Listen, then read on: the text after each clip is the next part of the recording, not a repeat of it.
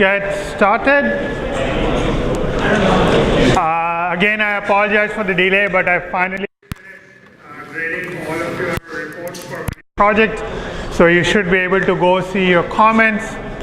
I very highly encourage you to pay attention to the comments, especially if you lost points, so that you don't repeat the same mistake in your video. There were a few groups for whom your choice was already taken. In that case, you should have gotten an email and you got an extension for a couple of days to come back to me with a new case study. But you guys should be good to go start making your videos. I'd like to point out one aspect where a lot of the groups lost point, which was impact on individuals. What I was really looking for is an impact on a specific individual, not like all users of Facebook. So unfortunately, many of you lost points because of that. So pay attention to that when you're making your video. Are there any questions on the mini project, the report, or the video? The video, I think, is due a few days. I think you're a bit less than 3 weeks to go. Tyler. So for the individual, like it has to be, can it be like a made up individual, or it has to be an actual person? It has to be an actual one person. That person could be someone whom you interview. Okay. That's perfectly fine. Or someone, if there is an article that mentions a person by name who is impacted by that algorithm, that's also great. One thing I'd like to point out that if you interview someone in CSC, you only are going to get half the points. So just to encourage you to kind of look outside of CSC. Any other questions? All right, so we're looking at the shortest path problem last time.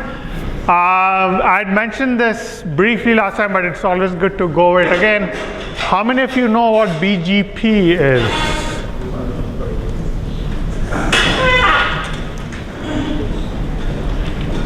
Nope. Okay. It's the border gateway protocol. This is kind of the backbone protocol that all ISPs use for their kind of main routers to talk to each other. And as I mentioned last time, this routing, for example, is shortest path. And while they don't necessarily exactly use Dijkstra's algorithm, they use a variant to solve the shortest path problem. Right. So here's again a reminder of the shortest path problem. You're given as input a directed graph G, and each edge has a length, which A is an integer and B is non-negative, so it's at least greater than or equal to 0. And you're given a start vertex S, and you want to output all shortest path from that given source vertex or start vertex S to every other node in the graph.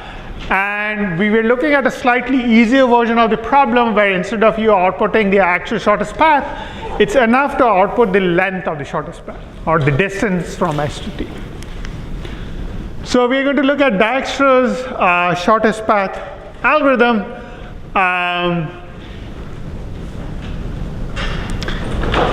So I kind of, it was kind of hurried at the end of the lecture last time, so let me just walk through the algorithm again. And again, so the input is a directed graph, and you have non-negative integer length.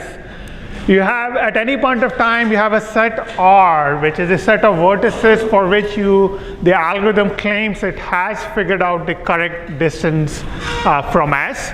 So initially, you initialize d of S to be 0 because you can get from S to itself without taking any edges.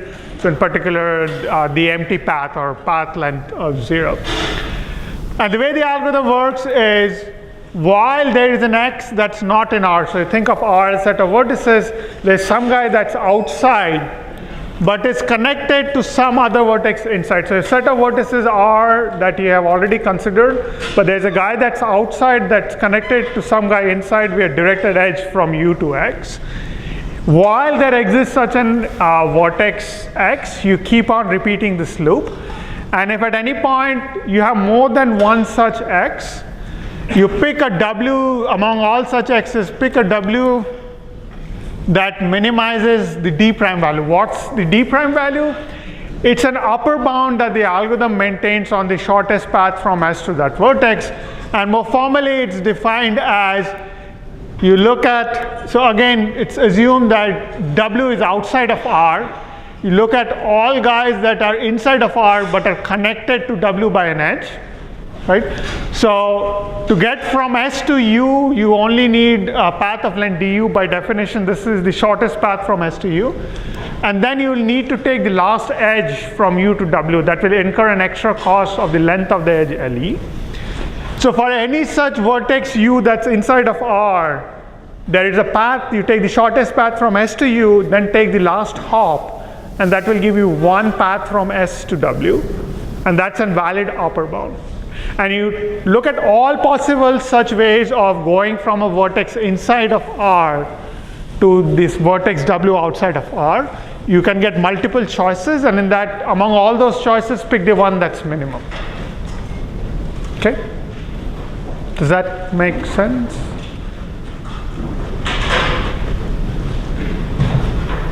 Okay. And if you have such a W, pick the one that minimizes this D prime value, add that vertex to R, and at that point, just claim that the actual shortest path distance from S to W was that minimum D prime value that you put. Okay. So let's walk through an example. So here's a directed graph. The example actually is taken out straight from the textbook, including the actual edge lengths. Okay.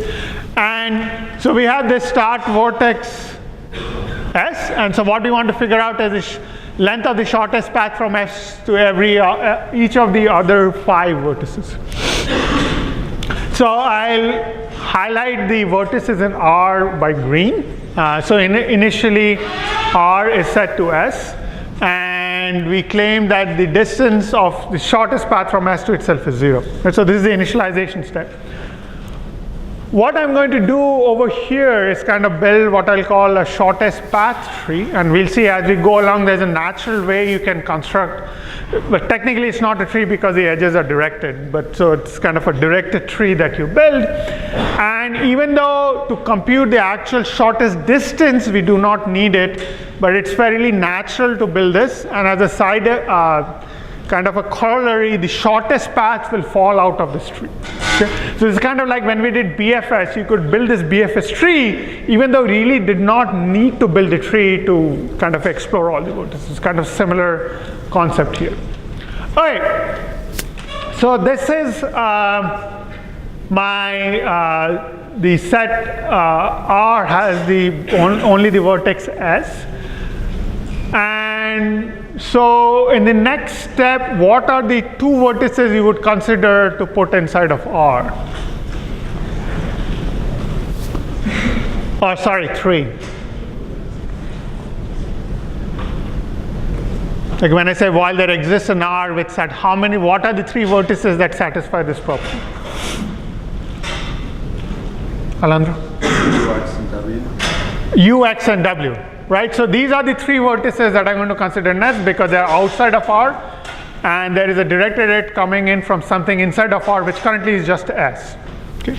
All right. So now what I want to do is compute the D prime values for all of them. So I claim that the D prime values of U is 1 because let's look at this thing. The only vertex that's inside of R is S, and D of S is 0. So you do minimum of 0 plus length. Sorry, you do 0 plus 1, so that's how you get this 1 over here. For this guy, it's 0 plus 4, so that's why you have 4. For W, it's 0 plus 2, so that's why you have 2. So these are the D prime values. So what vertex would Dijkstra pick to put inside R next? U, right? So the D prime value that's smallest is 1. So you pick U, put that inside of R. At this point, you now know that D of U is 1, so you put D of U in 1. But you also add this edge from S to U because the reason you picked U was because this is the edge that kind of minimizes the D prime value for you. Okay? So this is how we are going to do it. You can think of a vertex being discovered by R because of what edge contributed to the min value. And that is the edge that you record in this tree. All right, so next step, the various vertices that you are going to consider are W, X, and Y. So let's do the easy ones first. So for Y, the d prime value, you look at d of u, which is 1, plus 3, which is 4. For W, the value is still 2. This is exactly what you were doing earlier. So it's d of s, which is 0 plus 2, which gives you 2. What would be the d prime value for X?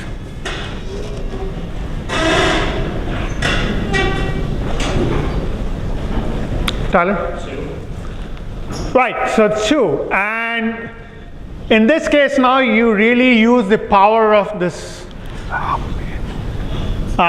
min in this quantity d prime, which I can't highlight for whatever reason. So note that when you look at X, you have two choices. Either you do d of s plus 4, which is 4, or you do d of u plus 1, which is 2. And so now you have two choices, and you take the minimum of 2 and 4, and that's 4. Okay? So that's the d prime value of X. You have to pick the minimum one. If there's a tie, Dijkstra doesn't care. You can pick any one.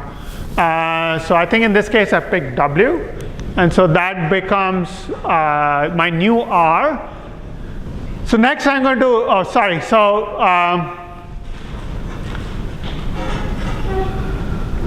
in this case, since we picked W to go inside R and its d prime value was 2, that's why d of W is 2. And the reason we picked it was because of the edge from S to W. So that's the one that I record in this tree. Now the three vertices I'm going to consider are X, Y, Z. The minimum value of Y is still 4. So the best choice so far is still to go through U and this edge. For X, it's 2. So there are three choices that you have to consider. D of U plus 1, which is 1 plus 1, which is 2. Or D of S plus 4, which is 4. Or D of W plus 2, which is 4. So you have minimum of 2, 4, 4, which is 2.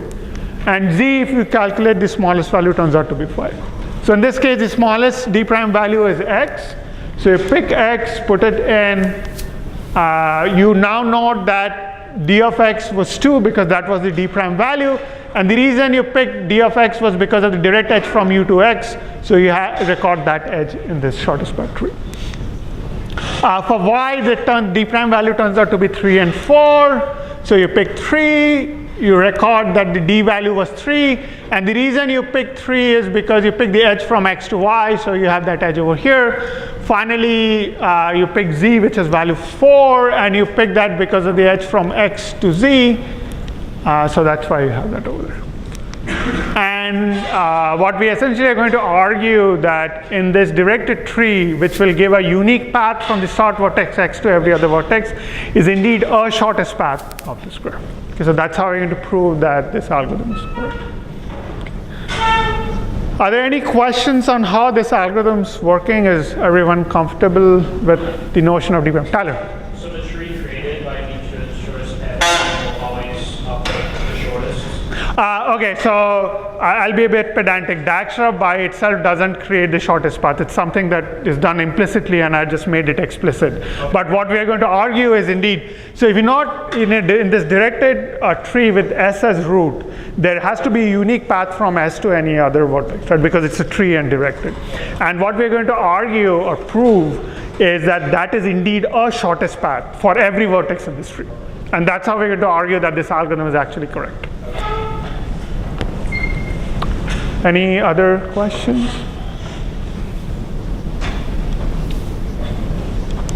All right. So I just said you can maintain the shortest path tree explicitly, even though Dijkstra's algorithm does not explicitly do it. It's something simple that you can keep track of. The other comment, which I leave as an exercise for you to convince yourself, is that Dijkstra fails miserably if there are negative edge weights. Okay? In fact, it fails even if there is just one negative edge weight in the entire graph. Okay? So this assumption of all the edge or edge lengths being greater than or equal to 0 is something really, really crucial. The algorithm just doesn't work if that's not true. Okay. All right, so what we're going to do today is finish the proof of correctness of Dijkstra's algorithm, and then we'll also try to do a quick runtime analysis for Dijkstra. All right.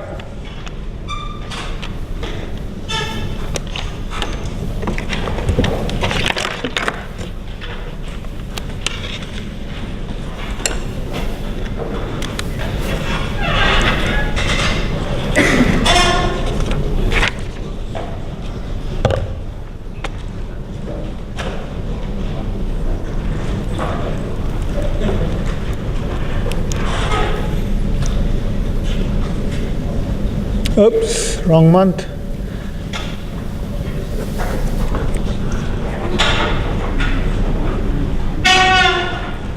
All right, so just to be sure everyone's on the same page, I'll just quickly write the algorithm statement again, and I'll rewrite the definition of this d prime value, which is this crucial quantity that the algorithm tracks.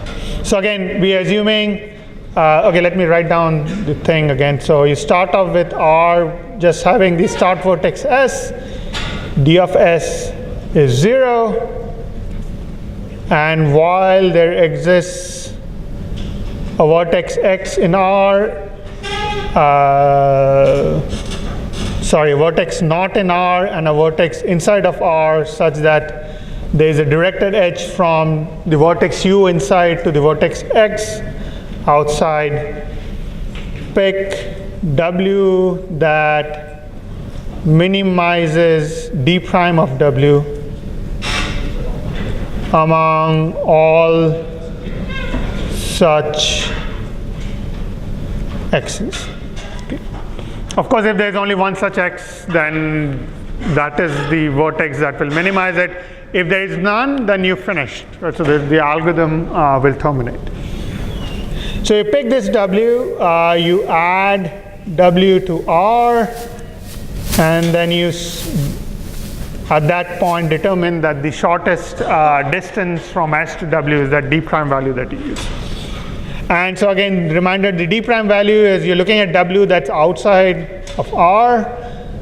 So you're looking at all vertices that is inside of R and has a directed edge to this vertex W of d of U plus length of UW. And note that anytime I add a vertex to R, I am declaring what its d value is, right? So this term is always well defined because U is inside of R. Again, any question on the algorithm or definition of d prime?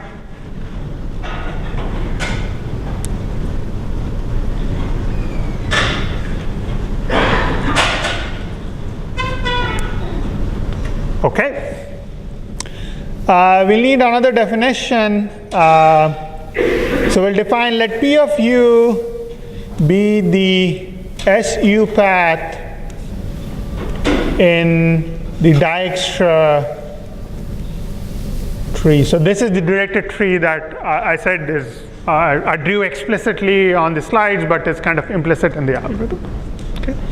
Again, this path is unique because it's a directed tree, and so there cannot be two paths from S to the given vertex U. Okay. So the theorem that we're going to prove is we'll argue for all vertex U in V, P of U is a shortest SU path. Okay. And note that if U is not connected to S, it will not be part of this Dijkstra tree, and in that case, by default, we'll just assume that the distance is infinity. Okay. All right.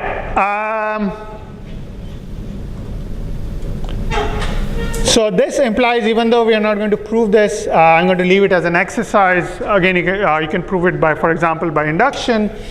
Is that the du that's computed is correct. So the only thing you have to argue is that in this step, when you identify d of W to be d prime of W, then that corresponding d value actually is equal to the length of the corresponding path P of W. Okay, and again, you can prove that by induction. Okay, and so this in turn would imply Dijkstra is correct. So again, what we're going to argue is you build this kind of implicit or explicit Dijkstra tree, and the unique path from S to that vertex U is a shortest path. And again, I want to clarify, I'm claiming that it's a shortest path because you can have more than one possible shortest path from the start vertex to any given vertex U. All right.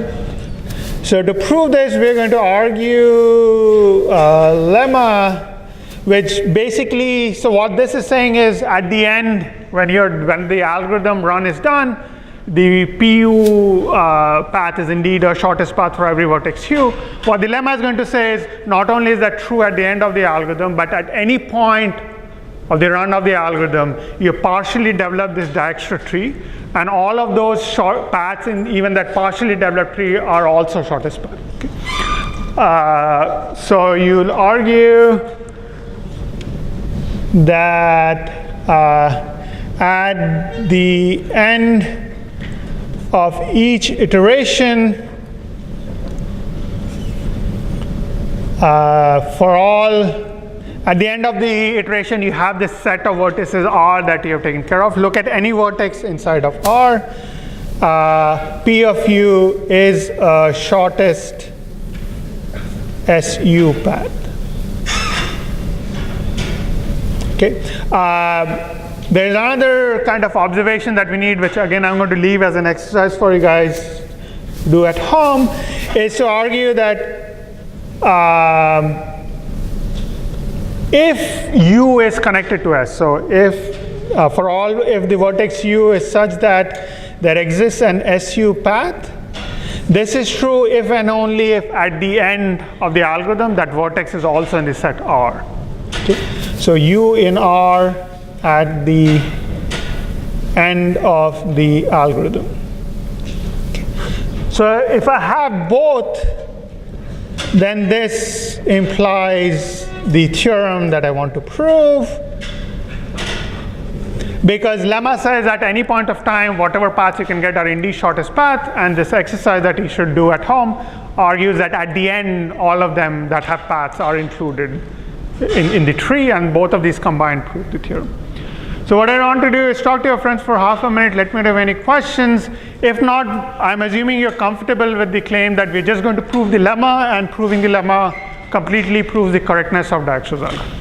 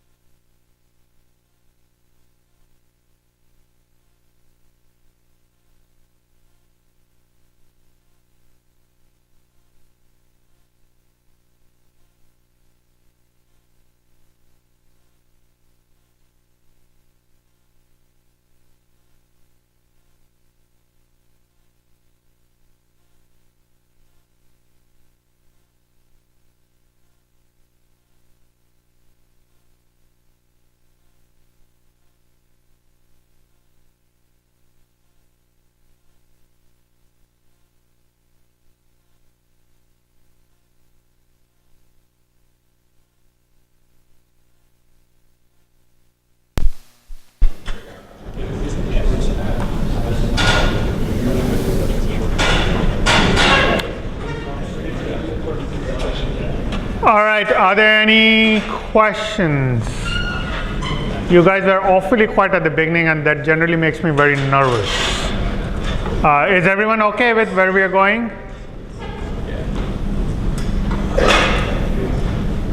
Okay. All right, so we're going to prove lemma.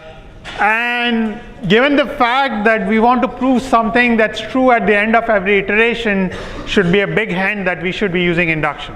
Right? So typically when you want to prove something, these are something called loop invariant. So you want to argue something that's true after the end of each loop. Invariably that means you're going to prove something by induction. Okay. So So we're going to prove this by induction, and indeed we're going to just prove it by the induction of size of R. And note that in every iteration you're adding exactly one vertex to this set R. So the size of R and the number of iterations essentially have a one-to-one correspondence. Okay, so base case,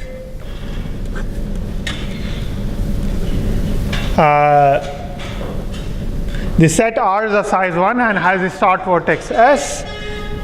In this case, D of S is 0, P of S is nothing. I mean, you already at S, so you don't need to take any edges to take it. And this is the simple base case, which is true. So that's good. And so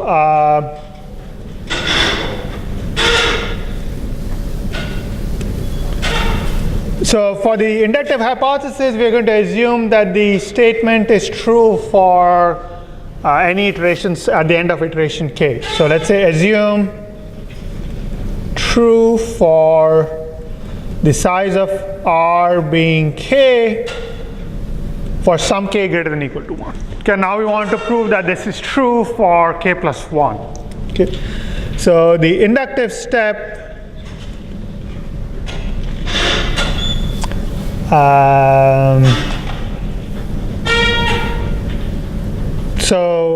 we want to argue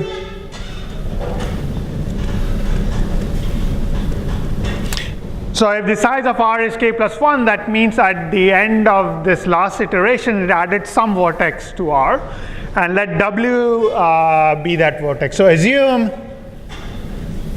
W is added to R at the end of iteration k plus 1.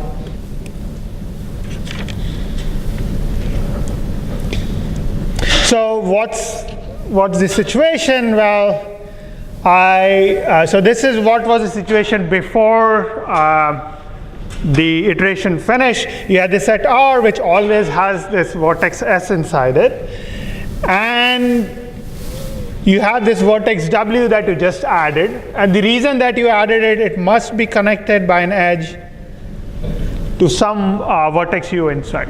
Okay? And so I'm looking at the situation where the algorithm says, right, let's put W inside now. Okay. So in this case,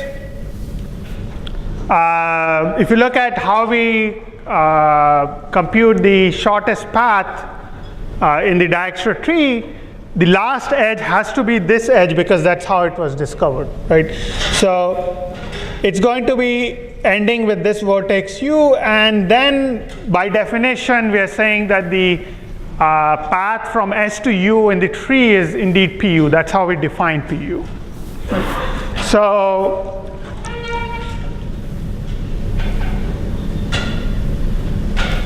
So almost by definition, P of W would be the path from S to U in the tree, which is P of U, followed by last edge from U to W. Right? So if we just are listing the nodes in order, it will be P of U followed by W.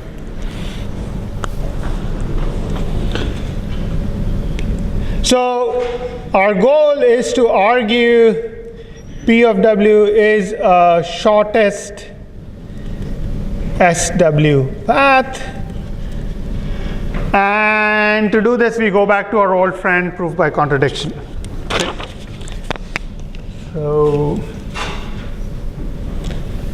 So assume, for sake of contradiction, exists an SW path P prime of W such that the length of P prime of W is strictly smaller than the length of P of W. Let's call this statement star, and this is what we'll contradict at the end. Okay? So again, if we are going to assume that P of W is not a shortest path, then there has to exist a path that is has a strictly smaller length. Let's call that P prime of W. Now remember, P prime of W starts off with a vertex S that's inside of R, and then at the end ends up outside of R. Right? So at some point this path has to jump this frontier of being in R to going outside of R. Okay. So as S is inside of R and W is not inside of R. Again, now I'm looking at, when I say W is not inside of R, this was just before the previous, so I'm going back to the case where W has not been added to R yet. Okay. So what this means is this path meanders around for a while and then has to kind of come out from inside of R to outside of R, and then maybe goes to W at the end, right? So let this kind of jump be between edge from X to Y. Okay, so there exists X inside of R, Y outside of R, such that X comma Y is in R. And not only that, this edge is part of this other path P prime. Okay, so where P prime of W is the path from S to X, followed by followed by Y, and followed by whatever this last part is. So let me just call it P2. Oh, sorry. So all this saying is I have this another path. It will start from S. At some point, it will have to jump from being inside of R to outside of R. And the best way to get from S to that point X inside is P of X. By inductive hypothesis, that's true. So you take that path, take the jump from X to Y, and then you still have to get from Y to W. So let that last part be called P of 2. Okay, so let's look at what's the length of this path. So it has three parts, right? This first path, this edge, and this last path. So it's length of the path from shortest path from S to X, plus length of XY, plus length of P2. Okay? I'm just dividing the path into three parts and then just adding up their lengths. Okay? All right. So we have assumed so remember X was already inside of R at this point. So the inductive hypothesis applies to X. That means P of X is indeed the shortest path from S to X. Okay. So this is D of X plus L of XY plus length of P2. And this follows by applying the inductive hypothesis on X. Now we're going to crucially use the fact that all the edge lengths are positive. So what that means is I really don't care what this value is. The only thing I care that it's non-negative. So this is greater than or equal to 0 as all edges have non-negative weights. Okay. So this is greater than or equal to D of X plus L of X comma Y. Okay. Now note, if you look at what was going on at the last iteration, the algorithm had both W and Y outside, okay, and it shows W, right? And not only that, if you look at the D prime value of Y, one of the cases it has to consider inside the min is take the shortest path from S to X and then take the edge X to Y. Right? So in particular, this quantity has to be at least D prime of W.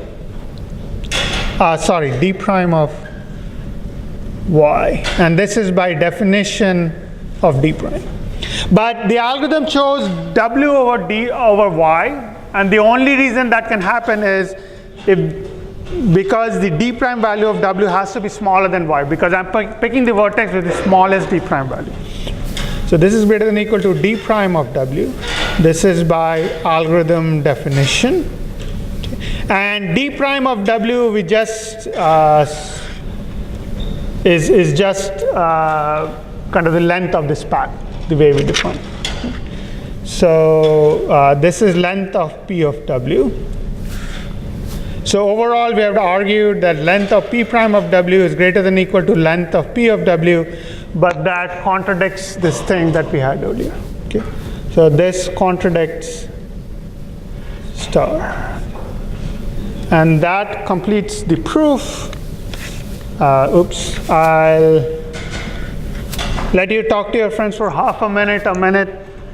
Let me know if you have any questions. If not, we are done with the proof of correctness of Dijkstra.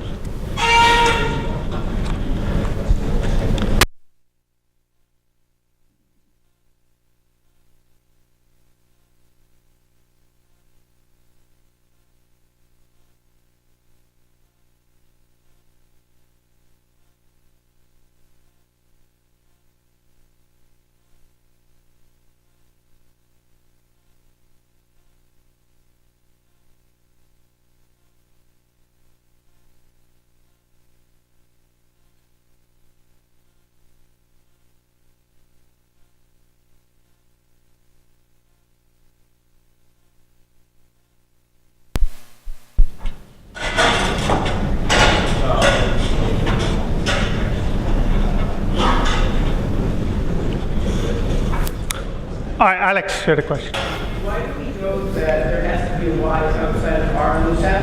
Like, why do we depend X to W? So the question is, why couldn't it be the case that, say, y is exactly equal to w? You're saying you jump directly from x to w directly instead of going through. It is possible. And the proof would work just as fine. You just have to modify it slightly. But in some sense, the harder case of the proof is when y is different from w.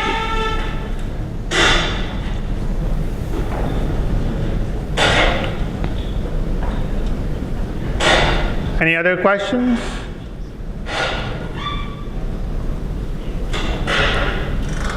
So everyone okay with the proof of the lemma?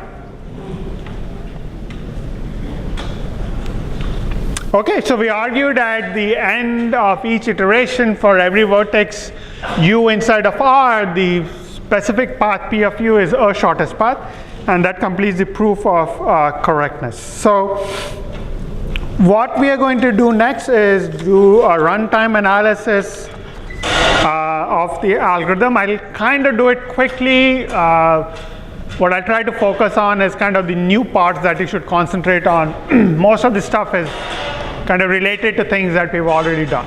Okay? So let's go back to the statement of the algorithm. The first step is this is just constant time because you're creating a set with one vertex in it, and then you're initializing of one value to be 0. You have a loop that's going to run at most n times because every point of time you're adding one vertex to R, and you can add at most n vertices to R.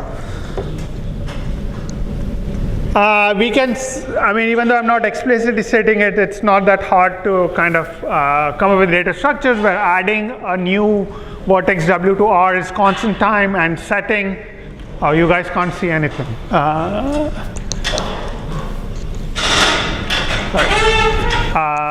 Updating the D value again would be constant time. So it turns out that the crucial part is how quickly can you figure out this specific guy W that minimizes things. So let me call this kind of the double star statement, and what we're trying to we'll try to do is implement the algorithm with data structures so that this step you can do really quickly. Okay, so that's our goal. Is everyone comfortable with that? We're okay that if we can really nail down this, how to do this step quickly, we'll be okay with the rest. Okay, so sorry, I have to kind of move this page, but remember, hopefully you have this statement somewhere in your notes. Okay.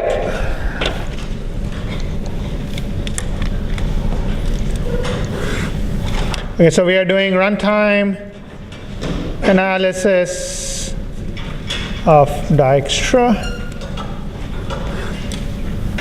And I said we basically want to concentrate on the step where we are picking the W vertex with the minimum D prime value. But again, before we do that, let's quickly go over how we maintain the set R and how we maintain the values D that you want to output.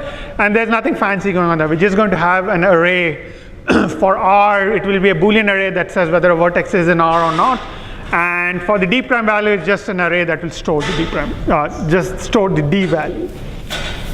Okay, so maintain an array R of length n, and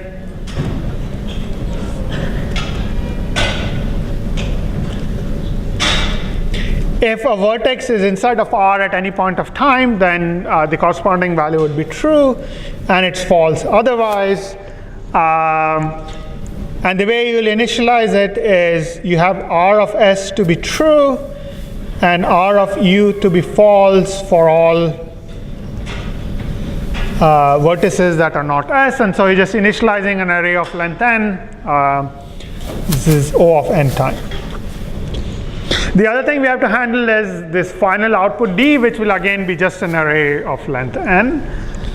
So we'll have another array of length n.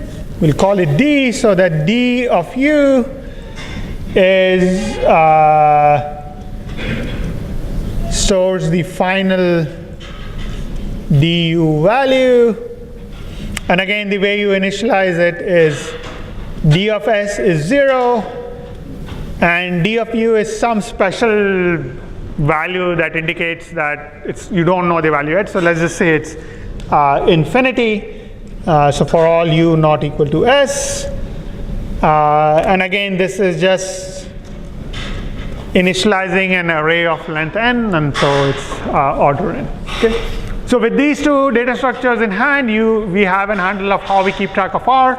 We also have a handle on what's going to be our output, which is going to be this array D. Okay. So now we get to, with these two things in place, we now get to the interesting part of the runtime analysis, which is how do we implement or figure out this W guy that minimizes the D prime value for every vertex that's outside of R.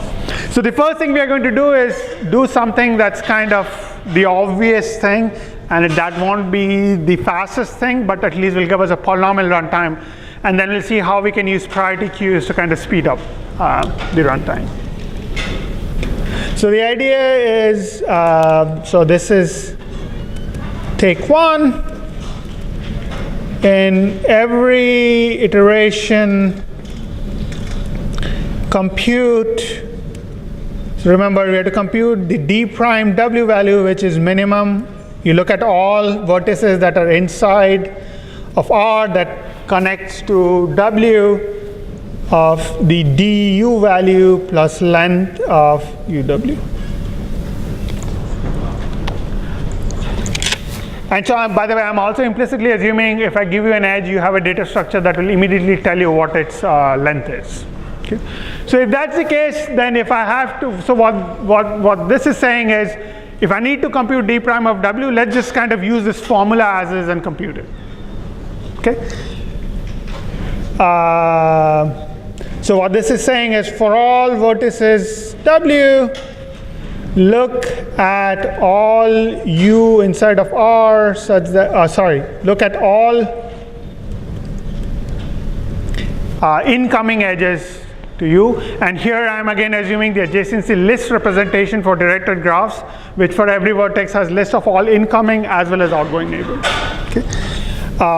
You have this, compute this D of U plus length of U of W, and then finally compute the min among all such U's.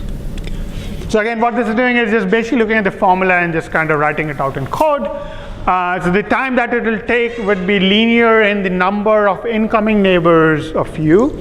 So this is order the in degree of W plus 1. And again, that plus 1 is because what if there is no incoming edge to that vertex. And again, you're doing this for every vertex W, right? So doing this for all vertices W, we'll take time summation of W order of in degree plus 1, and we have seen this kind of stuff before. If you sum out the in degrees, you get the number of edges. Okay, and so this is at most order m plus n. So at every iteration, you can compute all the d prime values in order m plus n time, and in particular, you can compute an array of length n that has all of these d prime values. And then to find a minimum of all the n guys, you do the trivial thing of just scanning through or making a linear scan of this array and then keeping track of the minimum. Okay. So given this, can compute W that minimizes d prime of W in order n time. So what this means is I can implement this step of computing this W in order m plus n time. Okay. And then the observation is I run the number of iterations of the loop is at most n. So I run this thing at most n times. So my total runtime is n times m plus n. Okay. So this implies overall order of n times m plus n. And so this is at least polynomial time, so that's a good start. So the algorithm can be implemented in polynomial time. But we want to do better. Okay. But before I go there, any questions on this?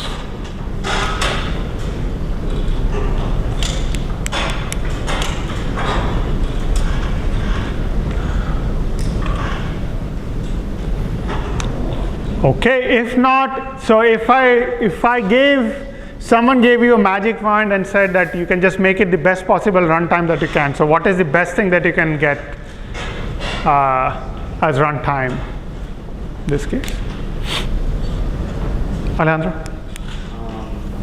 Log n times m plus. So log n is what we'll get, but if I give you a magic wand, you should do better. So you should just be able to knock off this factor of n, right? So in an ideal case scenario, I want to compute this minimum in constant time in every iteration, and then I'll get order m plus n, which would be linear runtime because the size of the graph is m plus n. Okay. We do not know how to do this, and when I say we, I mean in the expansive sense of the entire humankind. So it's not known yet how to solve this problem in linear time. What we'll see is you can knock off this factor of n and make it log n. Okay, so we're going to what we're going to do next is replace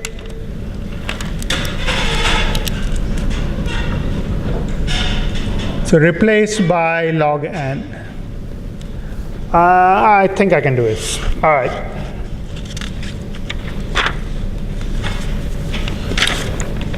So here's the idea. So use a priority queue to keep track of d prime values. So the observation is in the previous thing, the thing that we were not doing correctly was we were recomputing d prime value overall again and again. And you really don't care about all d prime values. All you care about is the minimum guy, right? So all you need is a data structure that will keep track of the minimum of all these values. Okay. The tricky part is these d prime values change, so you have to keep track of those, be able to update the data structure quickly, but this is precisely what a priority queue gives you. So I'm not even going to ask how many of you read section 2.5 because I'm assuming the answer is low. So I'll quickly remind you what priority queue gives you. Okay. So recall. So priority queue, it basically has n pairs like an ID and an value. And in our case, the way we're going to use it is ID is going to be the ID of the vertex, and the value is going to be the d prime value. So this is how we're going to use it. And we'll basically only need 3 operations.